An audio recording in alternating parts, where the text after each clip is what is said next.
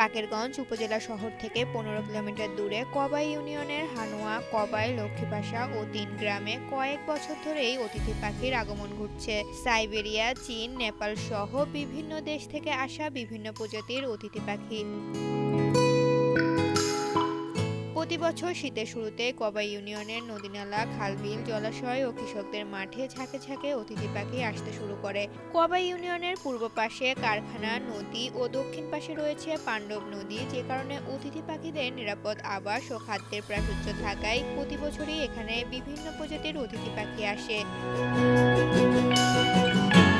অতিথি পাখিদের বিচরণে যেন প্রাণ ফিরে পেয়েছে এই অঞ্চলের গ্রামগুলো। পাখির কিচিরমিচির শব্দে এলাকার পরিবেশ ধারণ করেছে অন্য রূপ। ঝাঁকে ঝাঁকে আসা এসব পাখি দেখতে ভিড় করছে শরণার্থীরা।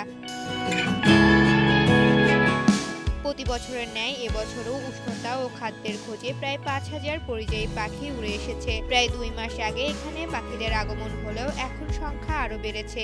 এই এলাকার বিভিন্ন গাছের বাগানে তারা বাসা তৈরি করেছে, আর প্রায় প্রতিটি বাসায় রয়েছে ডিমসহ পাখির বাচ্চা। অতিথি পাখিগুলো প্রায় 6 মাস এই এলাকায় বসবাস করে। তাদের বাচ্চা পাখিগুলো উড়তে শিখলেই তাদের নিয়ে শীতের শেষে আবার উড়ে চলে যায়। অতিথি পাখিদের সুরক্ষা দেওয়ার পাশাপাশি যাতে তাদেরকেও শিকার করতে না পারে সেই বিষয়ে কাজ করে যাচ্ছেন বলে জানিয়েছে উপজেলা বন কর্মকর্তা মহেন্দ্র হালদার।